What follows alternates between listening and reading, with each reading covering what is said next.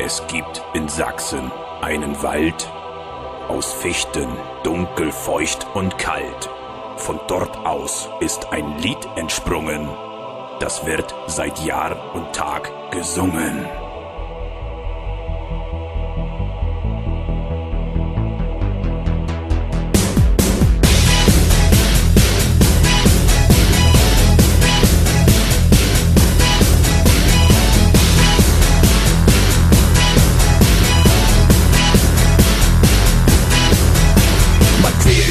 Jetzt schon lange Zeit mit einer Frage deutschlandweit. Sie singen dort von einem Mann, der weder leben noch gut sterben kann. Es ist der Holzmichel, um den's hier geht, und keiner weiß, wie's um ihn steht.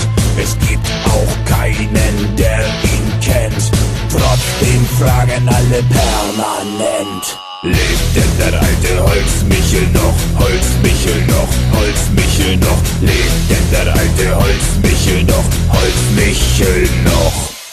Mir doch scheißegal, scheißegal, scheißegal. Mir doch scheißegal, mir scheißegal. Ja.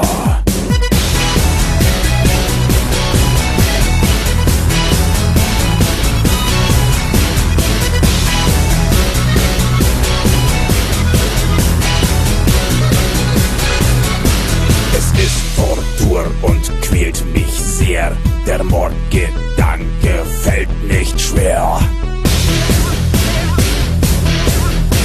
Warum gibt es keinen, der ihn anfleht, dass er endlich mal zum Doktor geht? Das Erzgebirge ist sein Reich, wo er herkommt, ist mir gleich, denn hier ist keiner, der ihn kennt. Warum fragen alle permanent?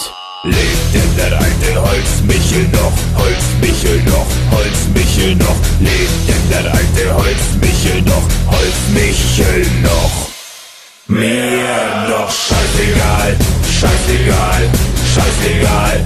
Mir doch scheißegal, mir scheißegal. Ja.